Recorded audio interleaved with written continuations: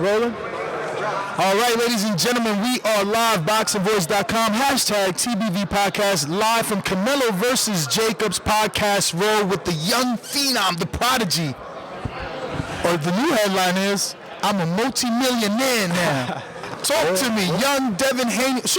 Because you got offended with the prospect thing. Should we not call you young either? I mean, because at this point, multi-millionaire, you a man in everybody's eyes. I'm a millionaire. I'm not mad with being young no more. Okay.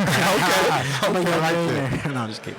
So I heard this voice before. I heard your voice. Yeah, we had you on. We've had you on. Sean Zattel was with me before. You've done plenty of stuff with Sean. Actually, your father just posted the first interview we did with you about 5 years. Yeah. So, yeah, man. But I'm very happy to hear that you have struck this deal. You know, numbers, though, are not important to us. Just the fact that you finally decided. And that's what I really want you to do. Walk us through how you made that decision when the world seen Showtime dump what we thought was money behind you, 2 episodes in All Access, your Showbox fights, but now you did a 180, shocked the world, and got the big, should I say Canelo deal, but for Devin, the Devin deal. Yeah. It wasn't easy, you know. Showtime, you know, showed me a lot of love. I couldn't thank them enough. They put me in the position that I'm in now, you know. But I had to do at the end of the day, I had to do what was best for me. And Dazn and Matchroom saw my vision. You know, Matchroom was willing to co-promote with me, and here I am. How is it dealing with a guy like Eddie Hearn? Because in the States, sometimes he gets a bad rap. No, he's actually a cool dude. You know, I like Eddie a lot. You know, yeah. What was it about him that made you relate more than all the other network executives that you met with? And promoters, excuse me. Him and Matchroom was willing to get behind me and build around me. You know, a lot of other promoters, they have a lot of fighters, and you know, if I was to sign with them, of course, you know, I would be a priority, but I would still fall in line with all their other fighters. You know, whether it's champions or contenders, or you know, even gatekeepers. You know, they just have a lot of fighters. And keep speaking to the mic. And I wouldn't have been as active. Okay. How is it being like the face, well, one of the faces of Dazn, because it's a lot of pressure, you know what I'm saying? A startup app like a Netflix, something like that, but being the face of it and having people coming to the app just for you. You know, it's a blessing. You know, I trust in the process. I know that, you know, Dazn is going to take over. It's the new wave, and pretty soon everybody's going to be on it. Now, before you signed to Dazn, how often did you view boxing on your cell phone, whether it be a streaming app or YouTube? What's crazy is I would always watch boxing on my phone, because you know, I'd be on the go, whether it was Showtime or even the Dazn fights. You know, I would watch, even the ESPN fights. I would watch them on my phone. You know, because I'm always on the go. So obviously, Dazn boasts how they keep their fighters busy. Is that one of the decisions, one of the reasons that you made your decision? And what do you think your schedule will look like for now? Of course, you know, I already pretty much, you know, have 2 fights lined up. You know, and I'm not looking over, you know, my next opponent or anything, but May 25th I'm fighting, and it's looking like July. I heard some news that it could be possibly Luke Campbell. Yeah, possibly. Luke Campbell. How do you see that fight breaking down? Like, what does Luke do that you gotta kind of be cautious of? That's a good tactical fight. You know, Luke is a superb boxer. You know, he has good movement. He has long arms, and he has a good jab. So you know, it's not going to be an easy task, but I feel like, you know, in the end, I'm a win. Can we expect Black China to be at that fight? I don't think he's there no more, right? But so listen, man, I hate to bring up someone else, but every good fighter has a nemesis. You know, Floyd had Pacquiao, yeah. Oscar had Floyd.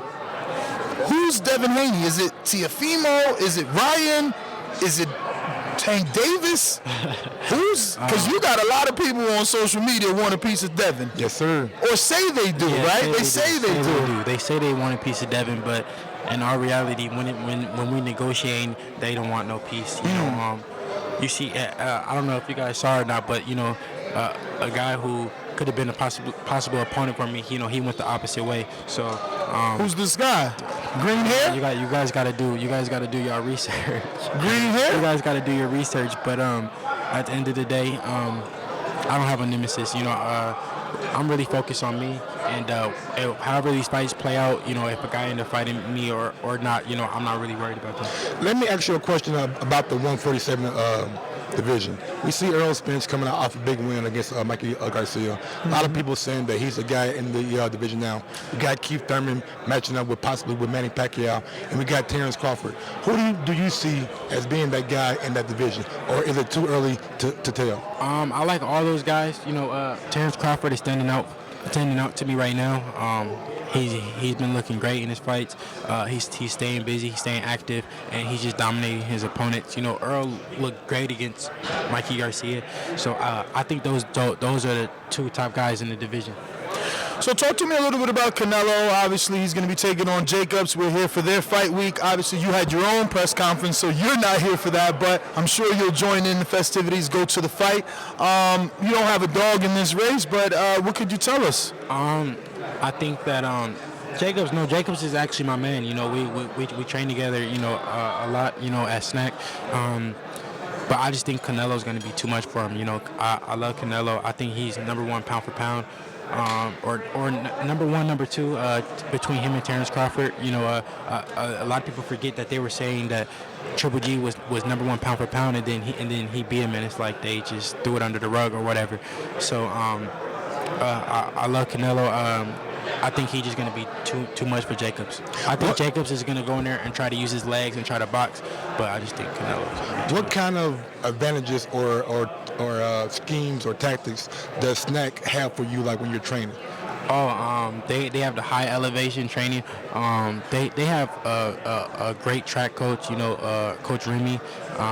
Victor is a scientist in the game, and what I love really pretty much the most is the recovery. Recovery is important. In any sport you do, and they really focus on recovering. Awesome. Now, Devin, did any of these other stars signed to this network come into play in you making your decision, or was it solely what they were able to put together for Devin Haney? Yeah. Or does it matter that Joshua and Canelo and any other stars fight on the same network? No, it was really what they had in store for Devin Haney, because I can't focus on what Joshua or Canelo or any of those guys, because it's no guarantee that I'll be on their card or anything like that, and I could care less. It's really about Devin Haney and what plans they have for Devin Haney. How many fighters does Devin Haney have under his promotional banner? Right now I have one. His name is Darren Cunningham. He's somewhere in here. Weight class? He's somewhere eating probably. What's his He's a 126 pounder. Okay. He's 8-0. And he's on all my cards. So pretty soon, the world will be knowing who he is. Gotcha. For sure, man. So what made you decide to become a promoter so early? Like, why have a co-promotion company? A co-promotion with Matchroom at this age, where some people like to say, no, let him build his career first. Well, that's exactly what I did. I was building myself up. I was getting good deals, coming out of amateurs and stuff like that. But I said, if they're offering me this, when I'm 0-0 or 1-0, 2-0, well, what about when I'm 21-0? And here I am. It paid off. Absolutely. Saddam Ali did something similar to that. Obviously, not to this level, but yeah. He held out. He held a few fights in Aviator Center in Brooklyn, did a few shows, and then Golden Boy gave him what he wanted. And, it's just very refreshing to see someone at your age know how to handle business so well, man. We do want to thank you. I don't have anything else, except actually, since you like Canelo so much, he's been saying in the media that he's willing to move up to 175 to face Sergey Kovalev. I've been asking all the guests that. How do you think he does versus Kovalev? Kovalev is strong, but like I said, I just think Canelo's top dog right now. I just think he's going to be too much for a lot of those guys. How would a fight with Canelo and Errol Spence play out? Now that's a good fight. Yeah, there we go. That's a good fight. Earl is a dog. Earl shows that he can do everything. Canelo could do everything. So that's when the weight advantage comes in, and you're gonna what weight would they do that at? Because I don't see Canelo going back down on 154, even if it was for Earl Spence. How many people you think they put in Texas in a stadium for that fight, Earl versus Canelo? I don't know. That should be crazy. I'm definitely be there if that happens. Absolutely. So, well, Devin, man, don't want to take any more of your time. I know you got to do the rounds. We appreciate you stopping by ThaBoxingVoice.com. Yes, sir. And thank you again, man. A pleasure. Thank you for having me. All right. Awesome. Thank you, brother. Thank you, brother, man. Good luck to you, man. If you enjoyed the video, feel free to hit the like, subscribe, and share. As always, if you want to support us to the next level, head over to the patreon.com/ThaBoxingVoice. We have tons of exclusive from Border Wars, Entitled, betting shows, the list goes on and on and on. But in addition to that, if you guys have questions for fighters, trainers, and promoters, this is where you can submit them. We will run out, get these questions answered, and put it back on the show just for you guys. Appreciate it. Peace.